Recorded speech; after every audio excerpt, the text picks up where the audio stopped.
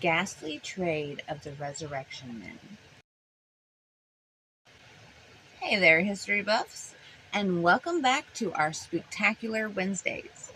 It's your favorite history rat, Kayan here, and I hope you're all enjoying our journey into the darker, more mysterious corners of history this October. As many of you know, things are getting pretty exciting around here with the impending arrival of our little history rat.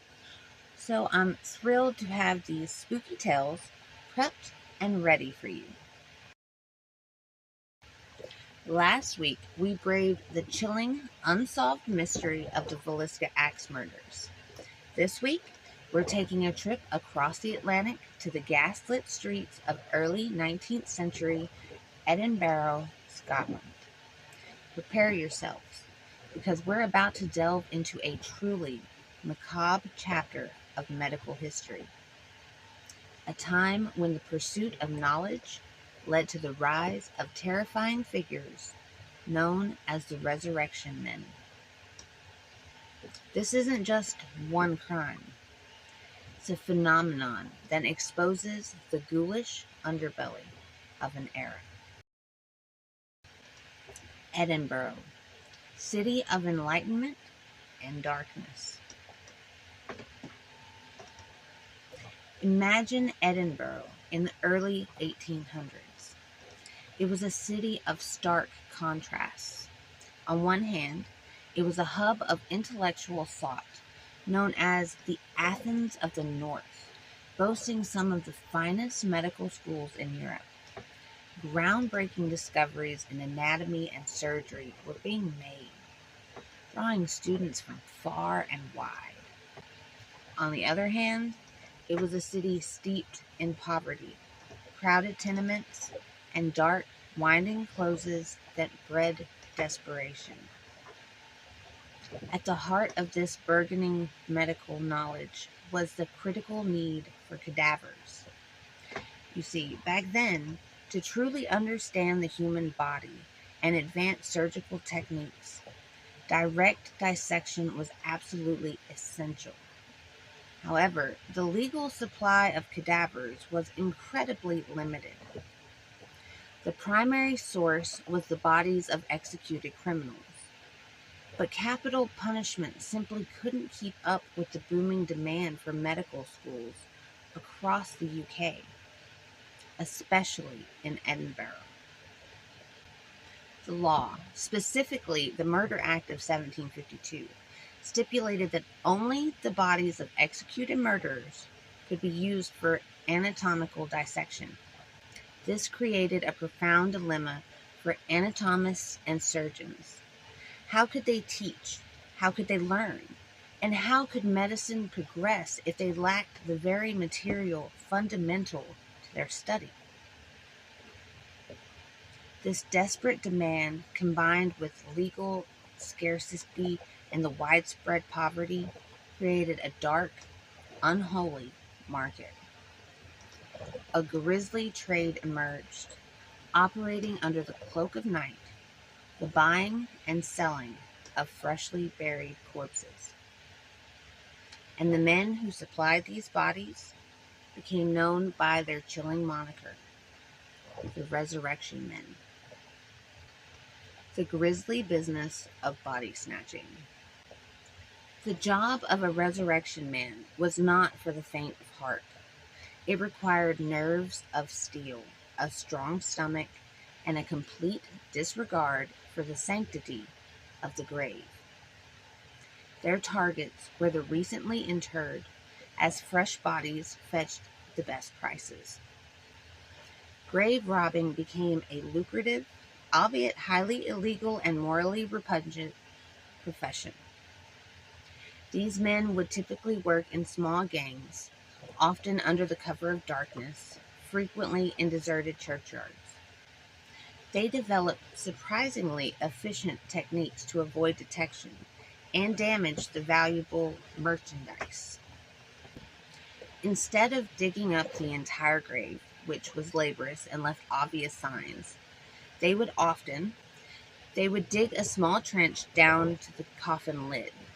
Using a crowbar, they would crack open the lid at the head end. A rope would be slipped around the cadaver, and they would pull it out head first, leaving the coffin relatively undisturbed. They would carefully replace the earth, often leaving the grave looking untouched, as if no disturbance had occurred. This method was quick and effective. The bodies would then be wrapped in sacks or hidden in crates and transported, often by cart, under the cover of night, directly to the anatomy schools. The price for a fresh corpse could be substantial, often enough to feed a family for weeks, a powerful incentive in an era of widespread destitution. The public, understandably, was terrified. People would stand vigil over the graves of recently departed loved ones, sometimes even building stone mort safes or mort houses over graves to protect them from these ghoulish entrepreneurs. Stories of body snatchers became common, fueling urban legends and genuine fear. While the practice was horrifying, it was, in a twisted way, a symptom of scientific progress colliding with outdated laws. Anatomists like Dr. Robert Knox, a brilliant but controversial lecturer in Edinburgh, were at the forefront of medical education. Knox's anatomy school was renowned, and his lectures packed with eager students. But to teach, he needed bodies, and he was willing to pay handsomely for them. No questions asked. This demand created the perfect environment for the most infamous resurrection men of all, William Burke and William Hare. Burke and Hare, the escalation to murder. Our story now focuses on two Irish immigrants, William Burke and William Hare. Both were laborers living in Edinburgh, struggling to make ends meet. Hare ran a lodging house, and Burke was a casual laborer and cobbler. Cobbler means to make shoes. Their path to infamy began in 1827, not with grave robbing, but with a sudden, unexpected death. One of Hare's lodgers died of natural causes, owing him rent. Instead of suffering the loss, Hare and Burke concocted a plan. They decided to sell the body to Dr. Knox at his anatomy school. They loaded the corpse into a tea chest and delivered it. To their astonishment, Knox's assistants paid them over £7, a significant sum at the time, without a single question. This taste of easy money, combined with low risk, was intoxicating. Grave robbing was dangerous and required effort. But what if they didn't have to wait for someone to die? What if they could create their own supply? Thus began their horrific descent into murder. Their first victim was an old woman lodger who was ill. Burke and Hare plied her with whiskey until she was incapacitated. Then they suffocated her by holding their hands over her mouth and nose. This method became known as burking, a term now synonymous with this specific form of murder, designed to leave no marks on the body, making it ideal for anatomical dissection. Over the next 10 months, from 1827 to 1828, Burke and Hare embarked on a chilling killing spree, targeting vulnerable individuals from Edinburgh's impoverished underbelly. The elderly, the sick, prostitutes, and strangers lured to Hare's lodging house. They would typically intoxicate their victims and then burk them, avoiding injuries that would make them unsuitable for the dissecting table. Their victims included Mary Patterson, a young, attractive prostitute whom Knox was reportedly eager to dissect. James Wilson, Daft Jamie, a well-known local character with a club foot, His distinctive appearance caused problems for Knox, as students recognized him, leading to unease and suspicion. Knox allegedly still insisted on dissecting him. Margaret Dougherty, an old woman who was their final victim. She resisted fiercely, leading to a more violent struggle. They would then transport the fresh bodies, often still warm, to Dr. Knox's anatomy rooms at Surgeon Square. Dr. Knox, despite growing rumors and the suspicious freshness of the cadavers, continued to purchase the bodies, ostensibly turning a blind eye to their origins. His pursuit of anatomical specimens seemed to overshadow any moral qualms he might have had. The unraveling and the trial. The spree came to an end in October 1827 with their 16th known victim, Margaret Dougherty. On the evening of October 31st, a date chillingly appropriate for our purposes, Burke and Hare lured Dougherty to Hare's lodging house. They murdered her, and as usual, hid her body, waiting for darkness to transport it. However, two new lodgers, James and Anne Gray, stumbled upon Dougherty's body hidden under a bed. They immediately suspected foul play and, fearing for their own lives, escaped and alerted the police. The authorities quickly descended upon Hare's lodging house. They found Dougherty's body and, based on the Gray's testimony, arrested Burke, Hare, and their wives, Helen McDougall and Margaret Hare. The case exploded. The horror of the murders, the sheer number of victims, and the unsettling connection to a respected anatomist like Dr. Knox captivated and repulsed the nation. The public demanded justice. The Crown faced a challenge. They had no direct evidence linking Burke and Hare to the murders, only the testimony of accomplices, the wives, and circumstantial evidence. To secure a conviction, the Lord Advocate, Sir William Ray, offered Hare immunity from prosecution if he would testify against Burke. Hare, true to his cowardly nature, accepted the deal, betraying his partner. The trial of William Burke began on December 24, 1828. Hare's testimony was damning. He recounted in chilling detail the murders, how they were committed, and how the bodies were sold to Dr. Knox.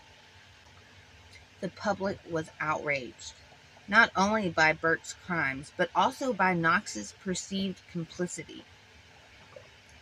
Burke was found guilty of the murder of Margaret Dougherty and sentenced to death. Justice served, and the legacy.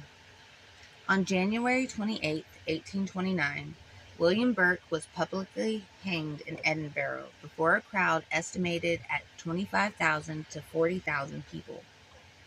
The public, still seething, loudly demanded that his body be given to dissection, a fitting, ironic punishment for a man who profited from the desecration of others. The wish was granted. Burke's skeleton was preserved and is still on display at the University of Edinburgh's Anatomical Museum, a permanent macabre exhibit. As for William Hare, despite his testimony, he faced public outrage and was eventually ran out of Scotland. His ultimate fate largely unknown. Helen McDougall, Burke's mistress, was released due to insufficient evidence, but her life was ruined. Margaret Hare, Hare's wife, was also released. And Dr. Knox?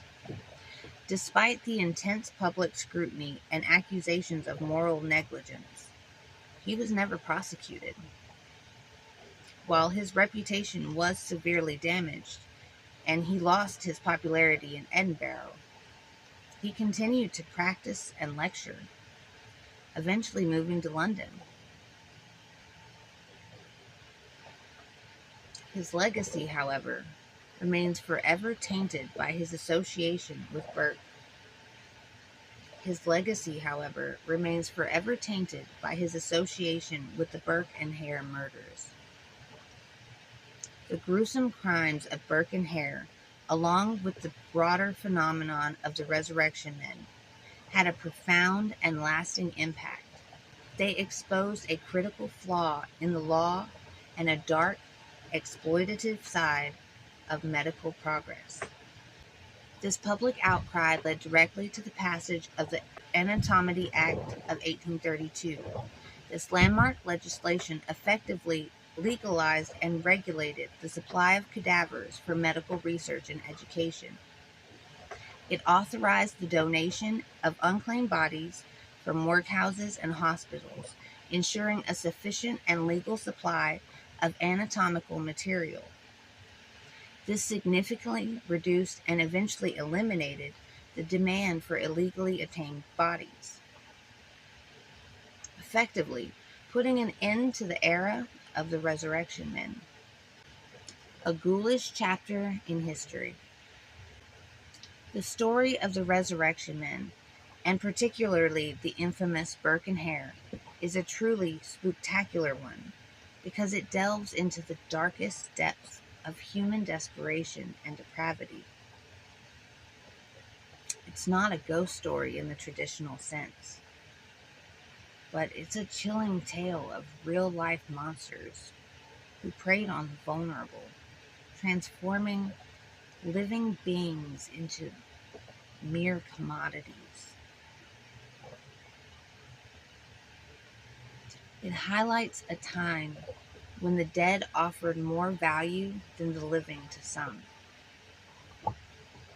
The idea of your loved one's grave being disturbed, or worse, people being murdered for the sake of anatomical study. It's inherently gruesome and deeply unsettling. It serves as a stark reminder of how societal pressures, poverty, and scientific demand can create a moral vacuum where the unspeakable becomes commonplace. It's a ghoulish chapter in history that continues to horrify and fascinate. What do you think about the chilling history of the resurrection men, fellow history buffs? A truly macabre tale, isn't it? Let me know your thoughts on Burke and Hare and the ethics of medical progress in that era in the comments below. If this spectacular Wednesday story sent shivers down your spine, please give the video a like. It truly helps the channel grow. And if you haven't already, make sure to subscribe to the History Rats channel and hit that notification bell so you don't miss any of our historical explorations this October and beyond. Join me right here next Wednesday afternoon for another spooktacular story straight out of the history books. Trust me, you won't want to miss it. Until next time, be good to each other.